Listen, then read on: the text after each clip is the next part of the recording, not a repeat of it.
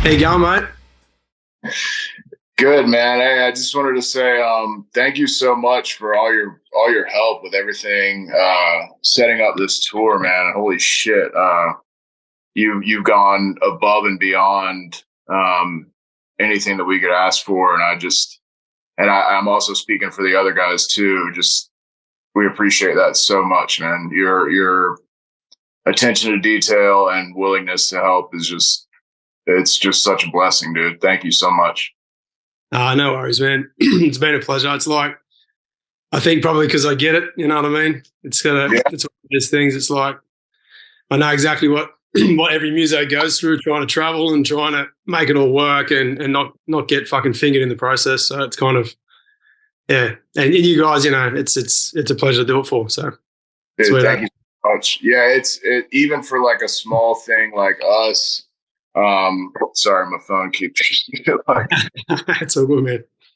But yeah, even for a small situation like us, like pretty DIY, there's still a shit ton of logistics to like set up and worry about. So it's like people, I don't know if people understand like everything that kind of goes into setting up something like this, even though it is, it's not a super high profile tour. There's still a shit ton of work and like stuff to worry about and consider, and obviously a lot of money. So it's like, we appreciate the help so much, man.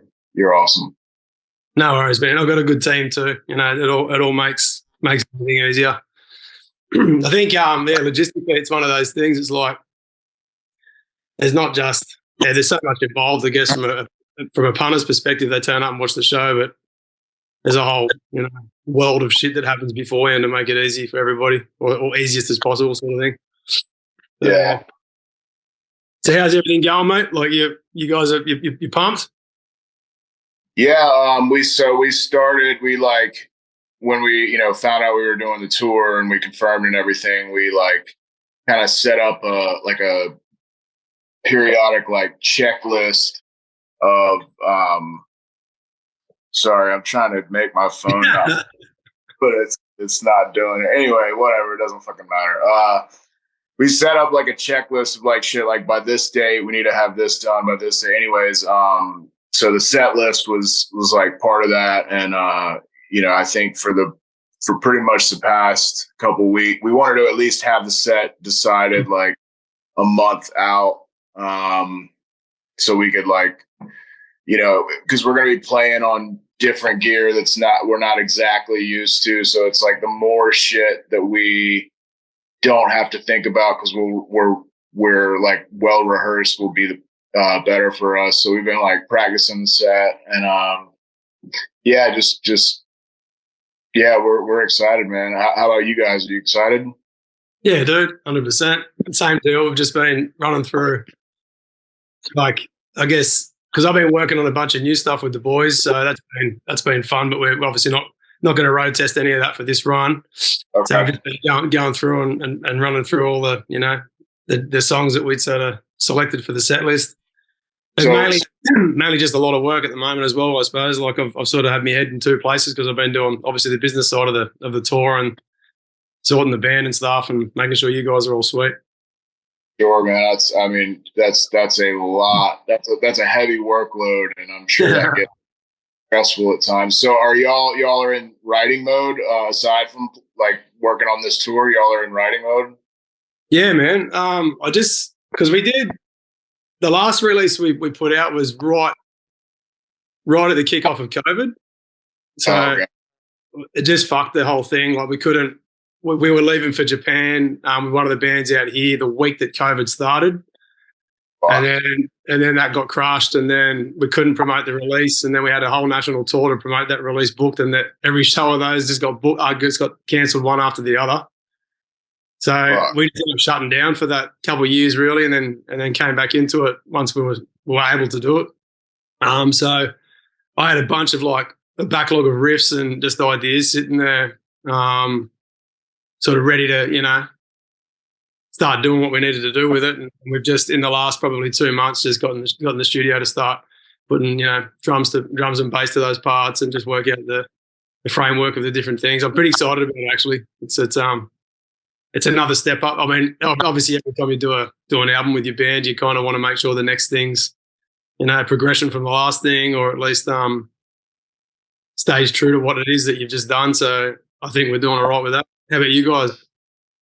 That's awesome, man. I mean, the writing mode is like my favorite part of being in a band in general. Like, it's pretty much the reason why I do this, is for that creative outlet. And it is, stressful. It's a lot of work. It's like you said there, you have like, you're trying to outdo yourself each time you step into the writing mode. But it's like a healthy stressful. It's like it's like an athlete who's trying to like, outdo their, their personal best, I guess. So, it's just fun, I guess. Do y'all have the same studio y'all go into every time? Yeah, I'm definitely one of those don't fix what ain't broke kind of dudes, like. Yeah. We have the same engineers, I actually think my mix engineer is good friends with Nolly. Okay. He's mastermind.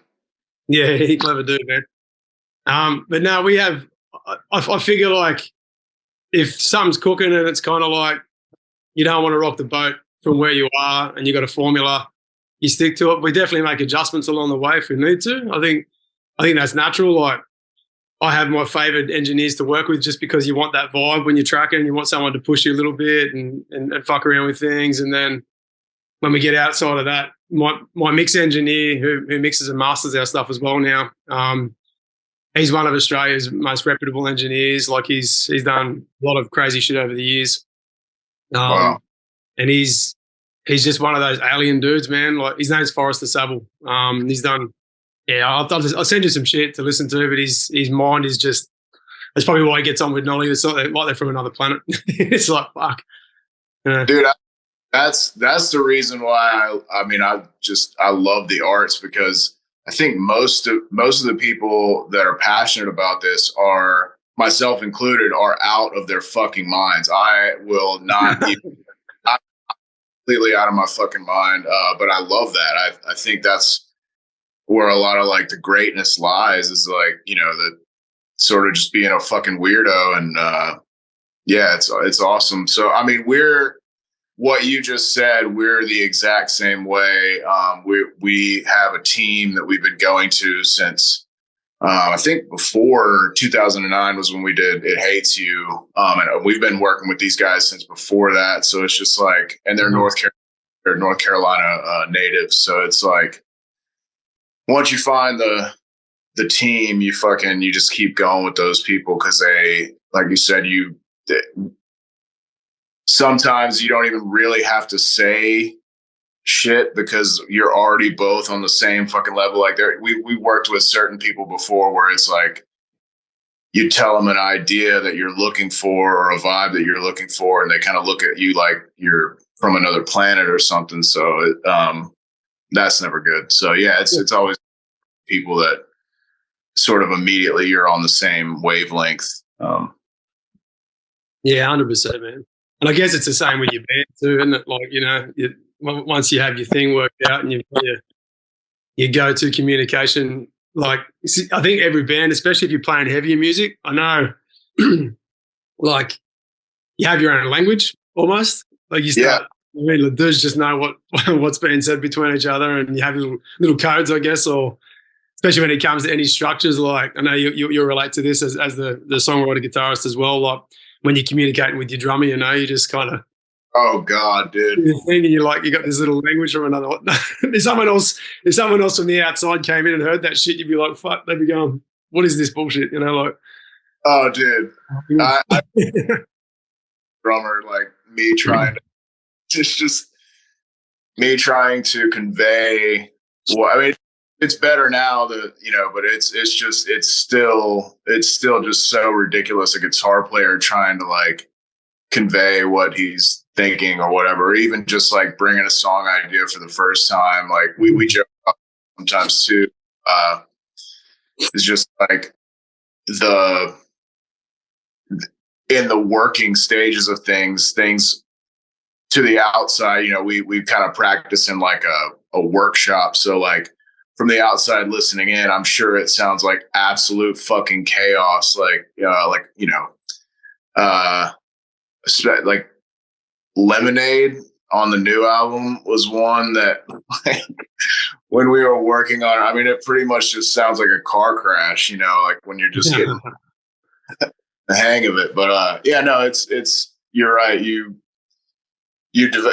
It's a fucking crazy bond that happens with people that you've been doing these passion projects with for so long. I mean, it's I've been playing with Matt and Skylar since we were 16, 17 years old. I'm 40 now, so that's pretty much a brotherhood, and it's to the point where like without even seeing each other, if I hear somebody walking down the hall, I can tell which one of just by the way they walk, you know, like it's or like all these weird like idiosyncrasies. We spent our lives fucking together.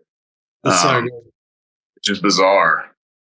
And Jesse, I mean, Jesse's such a good addition to. Did he came in? Was it Few or Heavy Fruit that Jesse came in on? So it was right as he didn't play on Few, but it was right as Few was released. Yeah, right.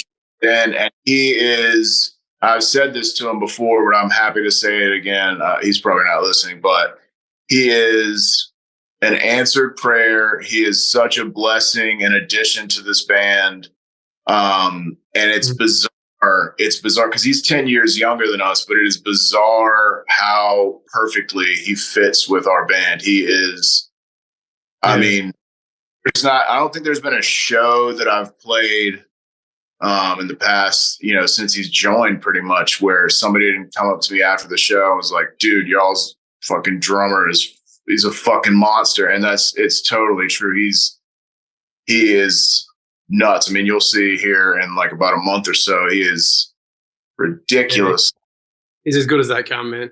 I know it's funny you say that because I actually said to him, so I've obviously been working out some of his, you know, all of his drum logistics over here. We were talking cymbals. And I spoke to the Australian Zildjian rep on behalf of him and stuff and tried to get some of that stuff sorted out. And they're in a bit of a bind at the moment, just post-COVID, so it was a bit of a difficult one. And then I was looking at potential for, you know, hire and everything like that. And then I was pretty blatant with him and said, mate, look, we might need to do a thing where I might have to get you bring your bass, you know, cymbal bolt over and we have some replacement stuff on hand because I know basically you're an animal. And I wanted to be able to play exactly as he plays because you can just tell not only the energy in his drumming and stuff, but he's just brought so much energy to your band in general, I think, like that, you know, he's playing, he's at probably that 10 years as well and just that, you know, I have a bit of a similar thing in Hammers, I guess. Like our age range is from sort of late 30s through to mid 40s, and it's the same kind of deal. You need that. You're gonna have that fucking difference. You got to have that, you know, I guess, different polarity between two people and coming from a different world to be able to get the best out of each other, you know, musically and personally. It's sick, and he's definitely got that thing. Like he's a fucking animal on the kit. I can't say enough good things about him. And you're absolutely right. Like, so for the most part, we all, like our whole band, pretty much, we like similar styles of music. We kind of come from that 90s influence, you know, and we try to, you know, add on the heavier stuff that we've been influenced as well. But the core of it is that 90s influence. He's definitely got that. But like, if it were up to me, I would write a bunch of fucking like mid-tempo dad riffs because I'm an old person. And he, like, when he joined the band, that was one of, like, he's very particular about, like, when we're writing, I can't just like go like, oh, we need 12 songs for this album. All right, so here's 15 ideas. Here we go. The album's done. No, I have to bring in like 40 to 50 fucking ideas, and most of them he's gonna not really be into. But you know, he is, but he'll just be like, he pushes it. He wants only the fucking choicest fruits. So it's like, And I do think a lot of that is that, like we were just talking about him being 10 years younger, he's got that energy. So it's like, he always wants to fucking push shit and make it awesome. Which is, like I said, it helps me so much with songwriting. And yeah, he's just an amazing addition to the band. And it's also awesome because, like, obviously me and Skylar and Matt, we're OGs. We're founding members of the band. So we are like a fucking family, and Jesse fits into that so easily. So it speaks a lot to him and his temperament and how awesome a musician he is. Yeah, it's so good, man. And also, like, I've Hammers is. My backstory with this band goes. It's a weird situation because my last band, which I've been in 4 bands my whole life, and it's all been with the best mates sort of setup. My last band was quite successful, and Hammers was actually one of the bands that I used to get because I used to love watching the front man. We used to get him as a support, and we became a band out of the ashes of that whole thing. And it was really cool because I just co-wrote and produced the track for Hammers, the early incarnation. In the studio, and then we ended up becoming this thing. But we were all, like, 2 of us lived together for years. One of the other guys was in Helm as well. Ruckus, the drummer, was actually one of the guitarists in Helm, my last band. And Fish was kind of that singer in that band that just had this magic. He's just got this, just that frontman steez that you really need. And as someone who kind of fronted bands for a long time and never really had that, I just was like to stand up the front and be a tough looking dude with a guitar in my hand kind of thing was the only thing I had, whereas Fish is a proper entertainer. Yeah. And it's so much of the magic is like the musicality is one thing, but we're such a fun band and such a tight unit sheerly because of the fact that everything about it is a mate's first vibe. Like, we've done everything together before music, before we did this, like it was, I think you need that. And even if you don't have that and you got like a situation like where you've, someone that comes into your fold and they're either connected person to somebody else that you knew, or it just happens that magical way. Like, it doesn't take long before you got another brother there, which is, that's sick. It's probably, a situation I imagine that you would have with Jesse coming into the fold as well, I'm guessing. Yeah. I mean, it's awesome that you guys are that same way too. I think that makes a difference because I'm sure you've had the experience where you'll like meet a band and like they can't even be in the same room. That actually happened a few times to us where like they're a band on stage, but off stage they do not get along, and it's just such a weird dynamic. And we always joke. It's because we're not successful that we're allowed to still be friends. Like, if there was money involved in the shit, like shit would get all dicey and shit. Have you ever seen Some Kind of Monster Metallica documentary? It's painful. It's like 120 minutes of career suicide, man. That whole thing. That's hard work. But at the same time, I guess, like, if that. They're also who they are, and if they needed to do that at that stage of their life, then that's what happened. And I mean, fuck, they're still doing it, and they're still the greatest, I guess, commercial rock metal band on the planet. Like, it's like, but yeah, I don't know if I couldn't exist in a situation anything like that. Like, I don't like if you got a confrontational situation next to something that you're supposed to love and enjoy more than anything else in the world, it's a pretty hard thing, I guess it's you have your ups and downs, issues to push through or whatever else, but you want to be able to do it as amicably and respectfully as possible. And yeah, fuck that. Yeah, I mean, that's literally the only way to keep doing something for as long as like some bands do it. You either have the money, like if you hate each other, you have to have the money there to like make it like, it's like, yeah, we all hate each other, but like we're getting paid millions of dollars. Or you have to actually get along with each other, and then you can do it, on the bare bone sort of situation. But yeah, it's got to be one or the other. But I mean, there again, like you said,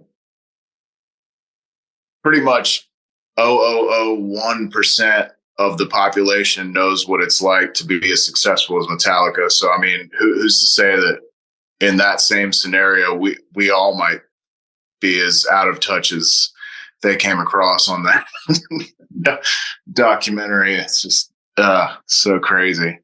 Yeah, 100%.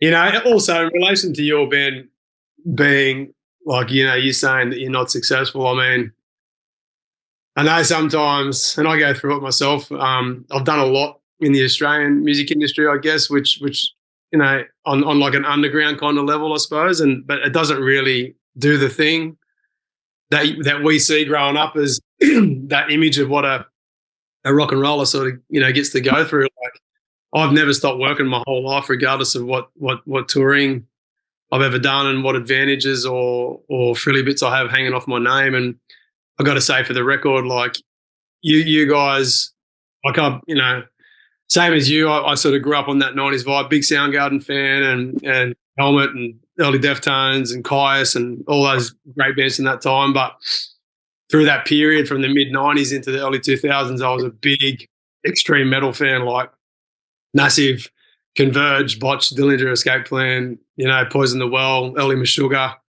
Candiria, so many bands of that ilk. And as I came out of that kind of explosion of bands, all those sort of Southern influence, like heavy bands like yourself and Every Time I Die and just that whole scene, I've been sort of aware of you guys for a very long time. And I know when It Hates You dropped, it had to be one of the most like a really I guess affecting kind of slab of maturity when it comes to the same stuff that I relate to, which is the heart that was in the 90s music mixed with all the stuff that was moving through that time. And I know for myself and a bunch of my friends, like It Hates You is one of the best and most special records in all of our catalogs, man. So you got to know, like, success and success are two different things realistically, and your band is more than successful in our minds, and I'm sure, you know, thousands and millions of others around the world. So yeah, man. I appreciate that so much, dude. That you're absolutely 100% right. Like, there are like success can have multiple definitions and mean all kinds of different shit to different people. Obviously, I was referring to like the monetary or like mainstream success, but we've had several points in our career where, you know, people have approached us and like maybe like kind of even as recent as like the last album, when we were writing the last album, and like they're always trying to get us to like sort of go to this like, you know, more commercial, like, you know, work with songwriters and just gear shit towards like a more digestible product. But we've always kind of like rejected that and turned it down, not to be rude, but it's just like the bands that we look up to, like a lot of the bands you just listed, like Deftones and Queens of the Stone Age and Foo Fighters, Sugar, and all these bands. Those bands are weird as fuck, man. They're weird as shit, but like they don't sound like anyone else, and that's exactly what we're trying to do. Obviously, we're not as big as those bands, but like when in like 50 years, when all this stuff is, when all of our favorite stuff is considered like classic or whatever, the stuff that will stick around, the stuff that will stand out is the stuff that we're talking about right now. It's not going to necessarily be like, you know, if we were to scan down the Billboard charts of the last, you know, 20 years, it's not, that stuff is not going to be like what sticks in people's heads. It is going to be the bands that kind of had their own thing. Sit in the shadows. Dude, I mean, so you're absolutely right. Success, it's a tricky word because, you know, it means so many different things. And I do appreciate, I'm glad that you can hear, like we try to channel the 90s, but also channel like a bunch of other shit that we were, you know, into. Like Deftones is fucking huge for us. Meshuggah as well. So I don't know, Pantera, fucking Pantera. There's so many bands, like as soon as I start rattling off names, it's like, oh, you forgot that one, you forgot that one. Like what you were saying about Queens too, like just those bands being weird. Perfect example of that is actually, I don't know if you're a big fan, but I was a massive fan of Caius in my teens. And I followed Josh Homme's career, as a grommet through Caius and into Queens. And when Queens' first record, the self-titled one, dropped, I still deem that as one of the best, most simple rock records of all time, period. And then you watch how weird everything got, but still stayed so amazing for like 3, 4, 5 albums after that. They're such an experimental rock band, you can't fuck with that shit. Dude, he is a genius. I literally think that if you take into account the songwriting, the tones, dude, the songwriting, the fucking the lyrical content, like even their like the sonic approach they take, what style of band are they? Okay, you could say rock and roll, of course that's gonna work. That works for a lot of things, but they are such a weird, like retro but modern at the same. He is a fucking genius, man. I think he'll go down in history as an absolute musical genius. Yeah, he has to. It's kind of. I 100% agree, bro. Like it's one of those things. Like, and he's been doing it from the start. Like I don't know. It's almost like he's just been teleported from another dimension because he's just been able to.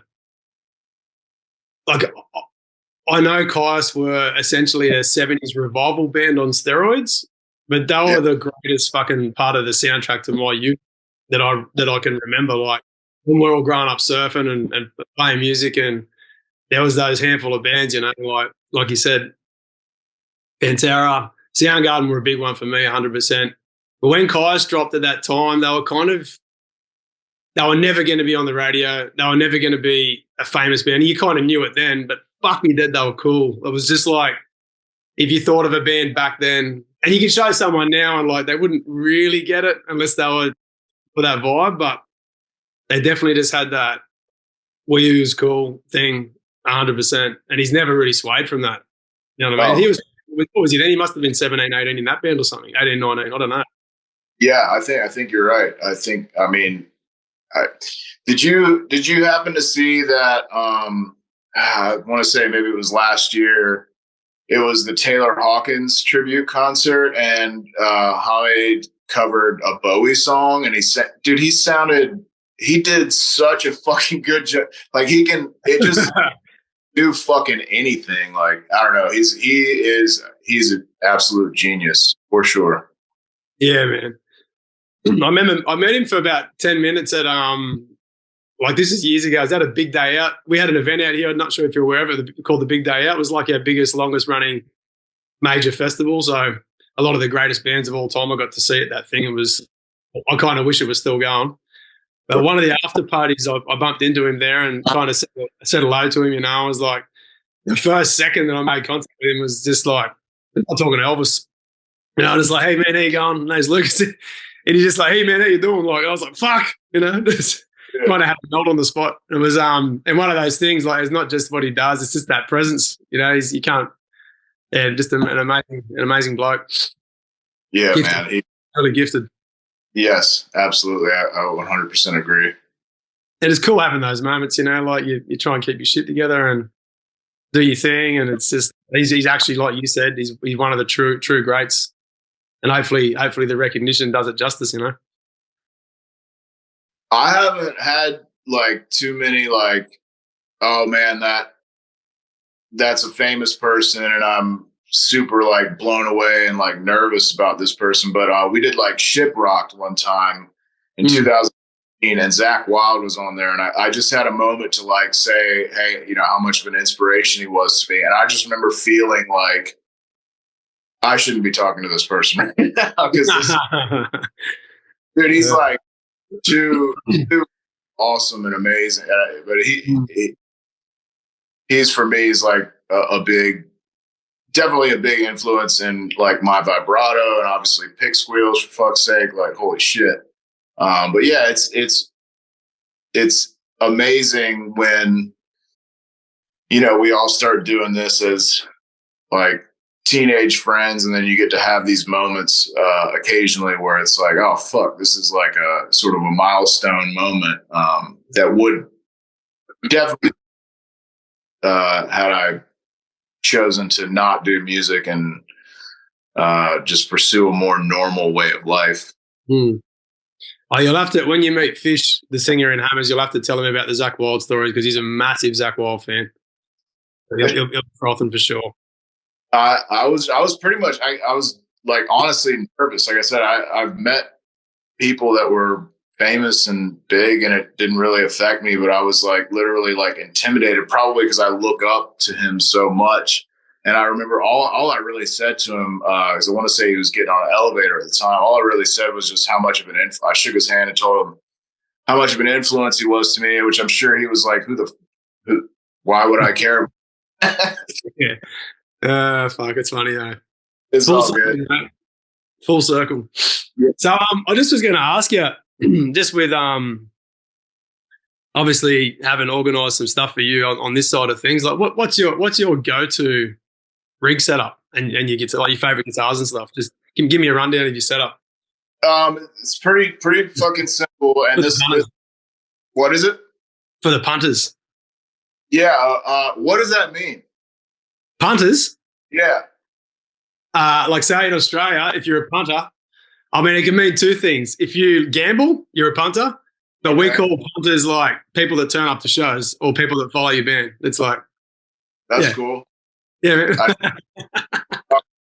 Remember that. Yeah, we're like a library of Australianisms. We talk. We don't realize until you start talking to someone from somewhere else, and you're like, "Fuck, we don't speak English." No, you do. You do. I don't have a hard time like that. That to me is like a difference in slang. But like, have you ever tried to talk to somebody from Ireland? Yeah. Or is it Ireland? I remember one time we were doing an interview with like a Scottish duo. They were great guys, but they were speaking the same language. I could not understand a fucking word they were saying. Yeah, so the rig shit is super simple, and it's pretty much like really similar on both sides. We play ESP guitars, LTD, ESP, LTD. I play Mojo Tone pickups in my guitars. Otherwise, we're running Seymour Duncan pickups. And then for amps, we always do Mesa Boogies, the dual rec. I've been doing that for a very long time now. I think since 2004 or 5, so close to 20 years. And then pedal wise, we do use a boost. It's usually something green, like a Tube Screamer or a Maxon, like pretty classic shit that most people use to boost their stuff with. And yeah, I mean, we tend to run a bunch of verb or delay, at different levels. We run that through the loop. Noise suppressor, we use an ISP decimator. Other than that, it's pretty much we have an octave pedal, a phaser pedal for some weirdo shit. But yeah, mostly it's just the ESP guitars, Mojo Tone pickups, green boost, some sort of reliable noise gate, some sort of wet loops, and dual rectifier. I will say I'm also playing as of like a couple years ago. I got a new 412 and 212 cab, but they're both loaded with the same speakers.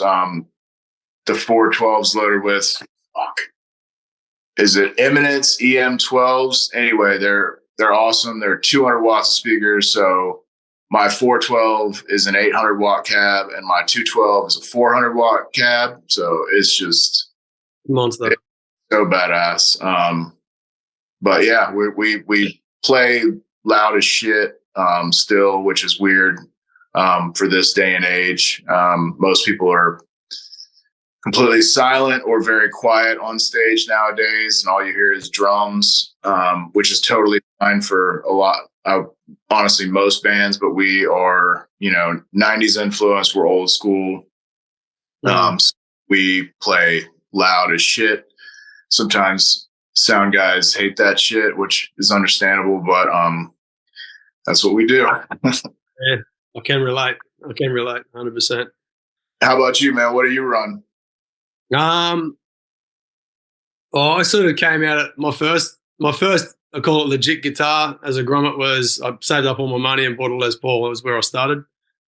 And I ended up trading that in, believe it or not, for an ESP LTD H300, I think the model is, or M300.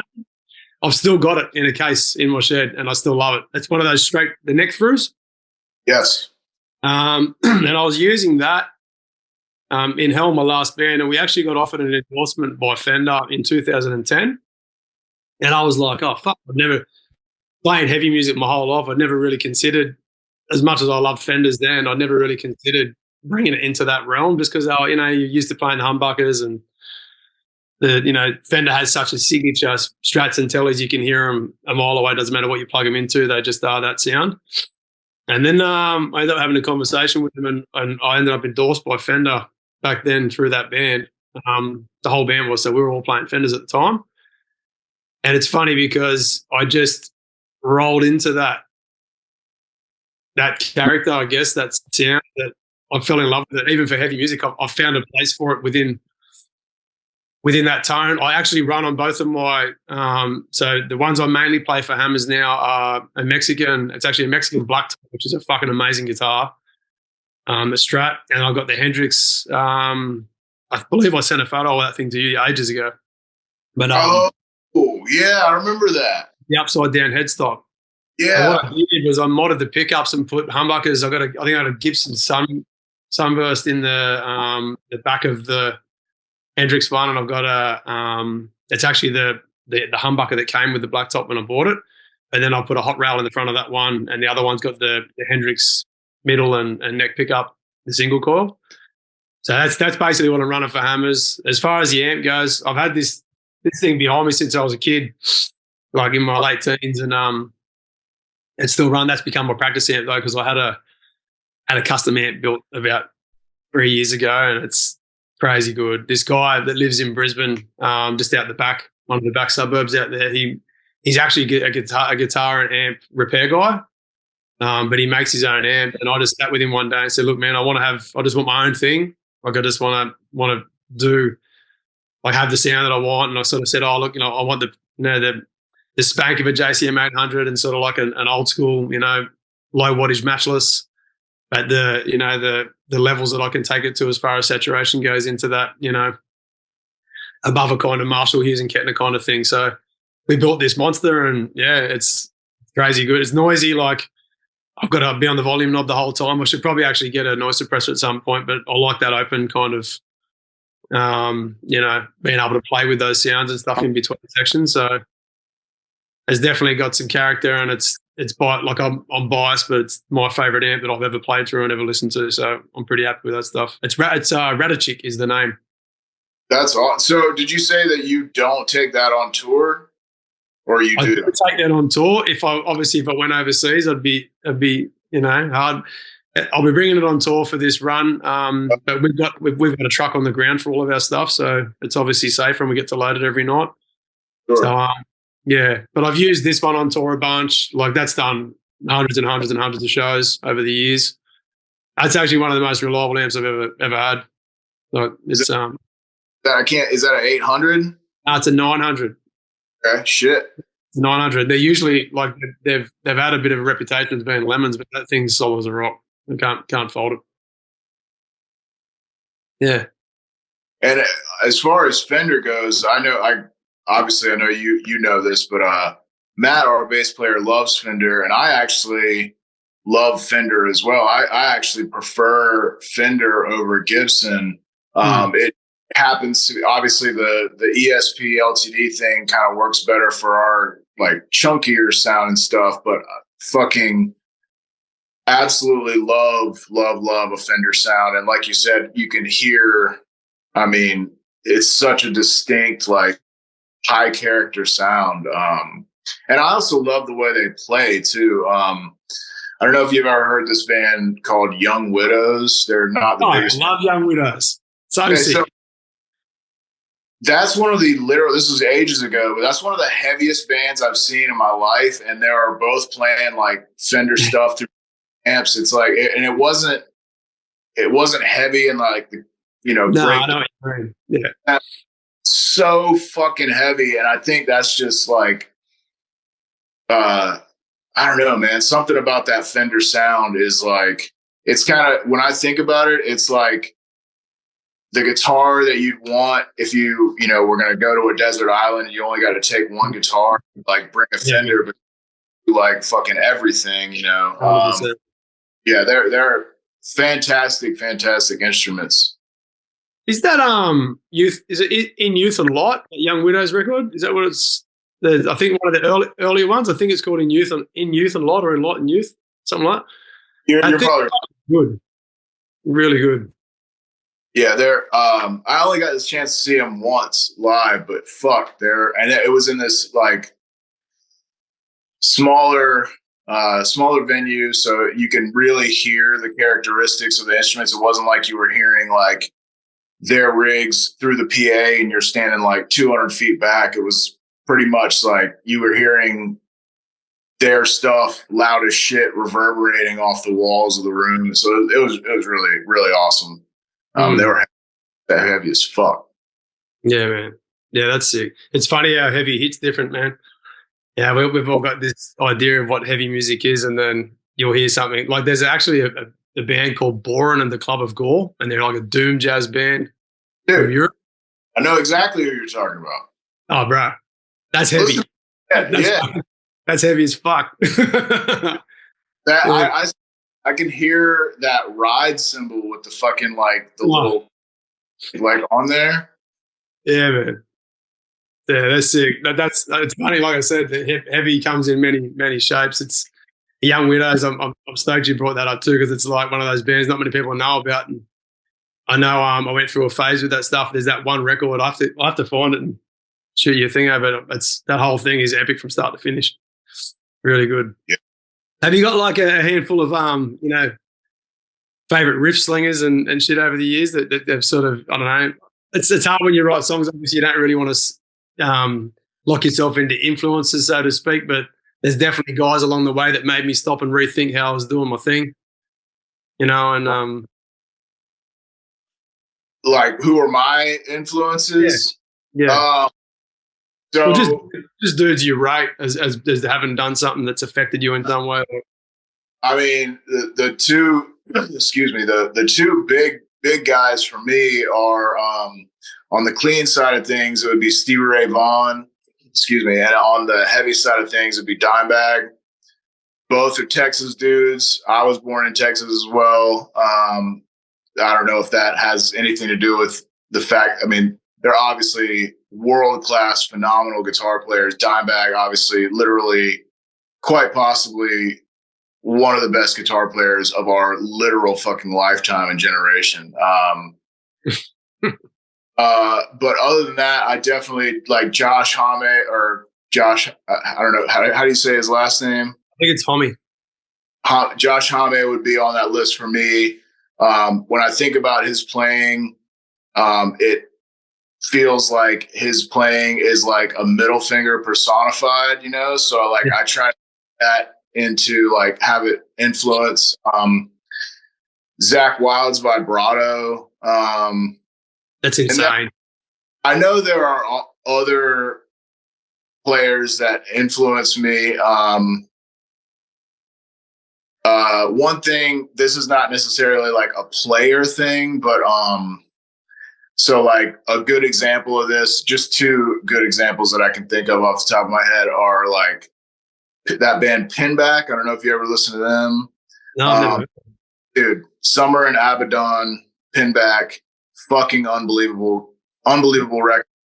Them and also like the Eagles. These are just two examples, but I really love it when like you'll have multiple instruments, like let's say 2 guitars and a bass, and they're all doing something different, but it fucking links together like fucking clockwork, as opposed to like everybody's doing the same thing. That's effective too. That's good for like heavier riffs and stuff. But I love it when like everybody's doing something different and it makes this cohesive, like I always picture like gears in a clock. Some are big, some are little. They're all like they're rotating at different speeds, but they're just like working together for a common purpose. That's like a really big thing to me when I'm writing is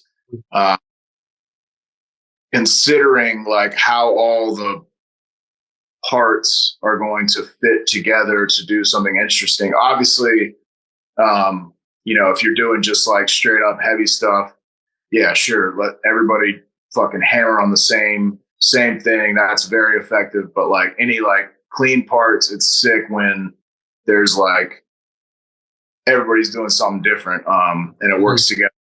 Way, but those like player wise, I'm sure there's a ton of fucking players, but the big ones are Stevie Ray Vaughan, Dimebag, Josh Homme, and I don't know who else I said, but that's Zach Wilde for vibrato. Yeah. How about you? Who are your big? Well, obviously you're probably the same. The lead and the riff side of it are two different things for me. I guess in the early years, I'm a Hendrix baby. Proud of it. There's a Canadian band called I Mother Earth that hit us when we were about 15, 16, 17. And the guitarist in that, his name's Jagori Tanner. He was by far my biggest lead guitar influence. And still to this day, I still cite him as one of the greatest melody makers and phrasers, and just the way he plays the guitar and the way he pulls that Strat tone out of it. I'll send you some cool shit, man. He's fucking amazing. As far as riffs go, that's a hard one. I think of pivotal players that definitely changed the way I do things, and I'll say that Martin Hagstrom and Frederick Ordendal from Meshuggah were definitely on my list. I forgot them. Yeah. Like they fucking, I mean, they've changed the whole world of music, period. But there's just on that subject, there hasn't been, I believe, I don't think there's been a more important metal band than Meshuggah since Black Sabbath over everybody. But go ahead. I'm sorry. No, you're right. I was just going to say, and Kurt Ballou from Converge was the other guy that has definitely, he changed all of my shit, man. Like, especially from a heavy music perspective, because I was playing a lot of metal and post metal and stuff back then. And I think when Jane Doe came in my life, like there's obviously the Petitioning the Empty Sky and When Forever Comes Crashing before that album. But when Jane, that's like their, to me, that's their A-frame. When that dropped, it was like, fuck, no one in the world plays heavy guitars like that dude. And it's so criminal that he's not known, because he kind of has this at the drive-in approach to metal.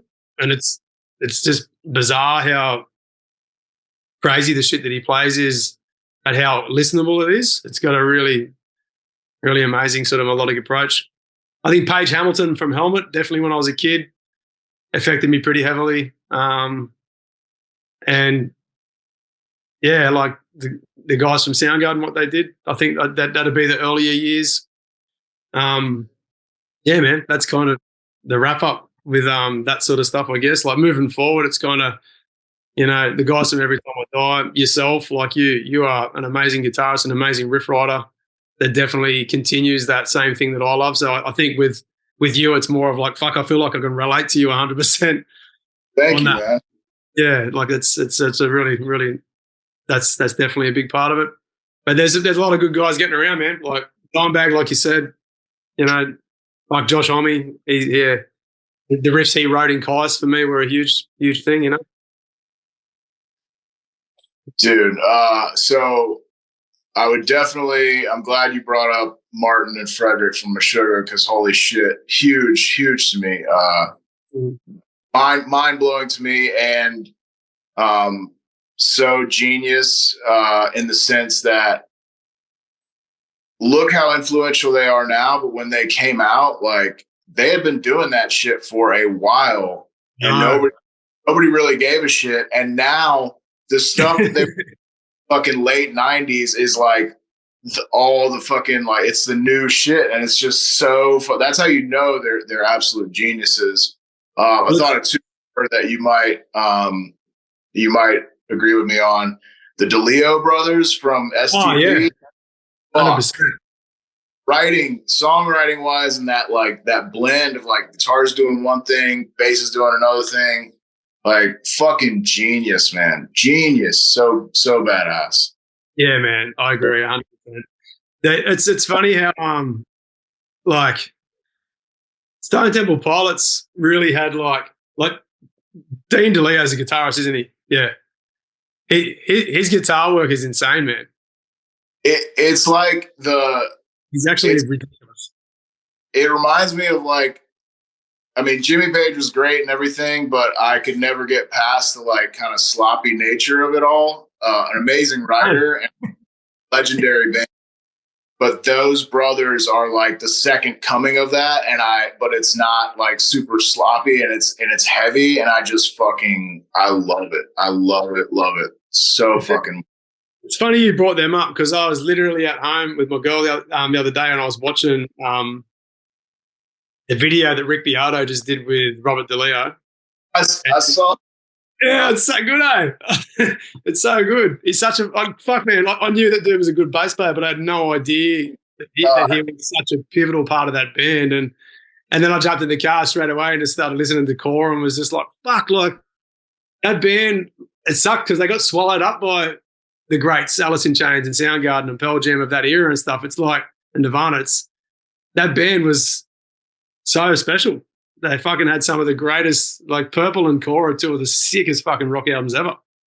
100%. So one thing that fucks with me when I listen to those records that you just mentioned, like Soundgarden, Nirvana, Stone Temple Pilots, all the fucking badass 90s bands, this is what fucks with me, is like, compared to music today, that music was so simplistic.